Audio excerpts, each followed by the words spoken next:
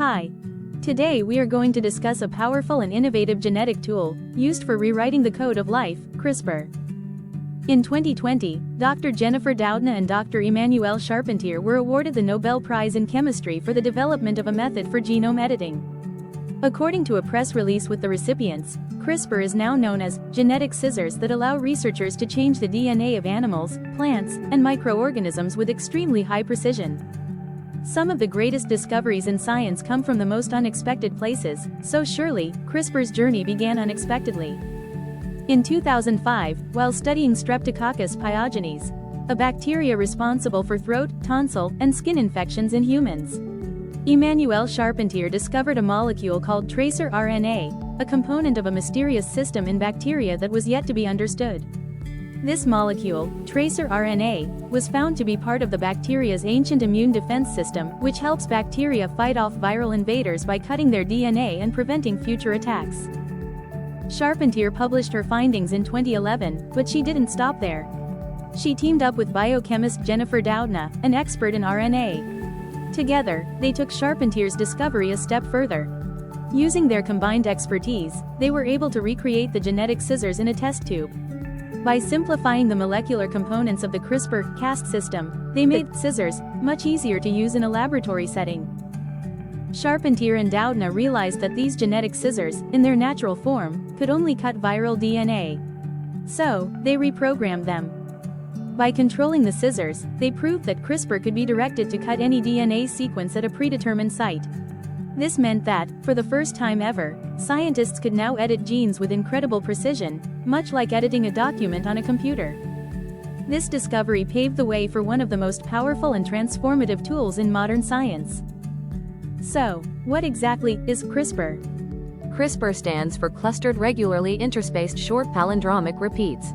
Sounds complicated, right? Let's break that down. When a virus infects a bacterium, a small piece of its DNA is cut out and incorporated into the bacteria's genome. This new piece of viral DNA is called a spacer. Over time, the bacterium gathers multiple spacers from different viruses it's been exposed to.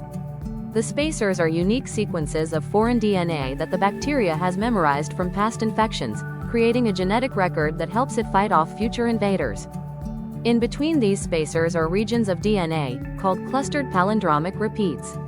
A palindrome is a word or sequence that reads the same backward as forward. Think of words like madam, kayak, or race car. In the case of CRISPR within a DNA sequence, it might look like this: ATTACITTA. Now, let's put it all together. Clustered means these repeats are grouped together in a specific area of DNA. Regularly interspaced means that these unique spacer sequences separate the repeats. Short means each repeat and spacer is only about 20 to 30 base pairs long. Palindromic repeats mean short sequences that are repeated over and over. All of this together forms what we call a CRISPR array. How does CRISPR work in bacteria to stop invaders? Once the bacterial cell has stored the virus's DNA as a genetic memory in its CRISPR array, it can use that memory to defend itself if the virus comes back. To do this, RNA polymerase converts the double-stranded bacterial DNA sequence into RNA through transcription, creating a molecule known as CRISPR RNA or cRNA. This cRNA, along with another RNA molecule called tracer RNA, binds to a CRISPR-associated nuclease protein, abbreviated Cas9, to create a special guide RNA, gRNA. As we know, nucleases are enzymes that are able to cleave DNA, or cut, at specific sequences like a pair of molecular scissors. The guide RNA is like a scout that searches for a matching sequence in the viral DNA. It does this through complementary base pairing, where A pairs with T, and C pairs with G, allowing it to identify the invading virus's DNA. Once the guide RNA finds the viral DNA, it helps the bacterial cell's Cas9 protein cut and destroy the viral DNA, preventing the virus from causing harm to the bacterium. In short, if the same virus invades again, the scout complex recognizes it immediately, and Cas9 quickly cuts it apart. The viral DNA is destroyed and can't be repaired, which inactivates the virus and protects the bacterial cell from reinfection. So how is CRISPR technology beneficial for humans?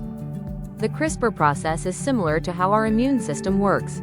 When a virus infects us, our body creates immune memory in the form of antibodies. If the same virus attacks again, these antibodies quickly recognize and eliminate the invaders. Within the lab, scientists are able to engineer a guide RNA that matches its sequence to the target gene. The guide RNA, like a GPS, directs the SOS9 protein to exactly where it's needed in the DNA, where it acts as molecular scissors and cuts the DNA. By simply injecting SOS9 with a custom guide RNA attached, scientists can edit any specific gene in the genome with precision. CRISPR is especially useful for gene therapy and editing human genes because we have 2 copies of each gene. If one gene is cut, the other copy can serve as a template strand to repair it using 2 main methods: non-homologous end joining or homology-directed repair. In non-homologous end joining, the cell uses proteins called nucleases to trim the broken ends and glue them back together. This type of repair is messy and often results in mistakes, like extra or missing pieces of DNA. This often inactivates the gene, effectively turning it off. This method is called a gene knockout, and it's useful when scientists want to shut down a specific gene. In homology-directed repair, cells can use the other copy of the gene as a template DNA sequence to fix the break. The undamaged gene helps guide the repair, making this process more accurate.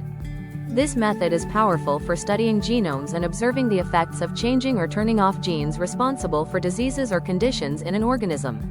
This is known as a knock-in, where scientists can insert or correct a gene using a template of their choice. This method allows for precise changes and is great for fixing faulty genes or adding new ones. In the future, we hope CRISPR can be used to switch genes on or off as needed to help prevent diseases, fix issues as they arise, and quickly target specific genes that are causing health problems. In conclusion, CRISPR is transforming more than just gene editing, expanding into fields like medicine, agriculture, energy, and anti-aging. Beyond treating genetic diseases like cystic fibrosis and sickle cell anemia, it could create drought-resistant crops, engineer more nutritious food, and develop sustainable energy-producing organisms. By fixing DNA errors, CRISPR offers new treatments and could improve quality of life as we age. Its ability to modify genes and tissues opens possibilities such as mosquitoes that don't spread malaria or apples that don't brown.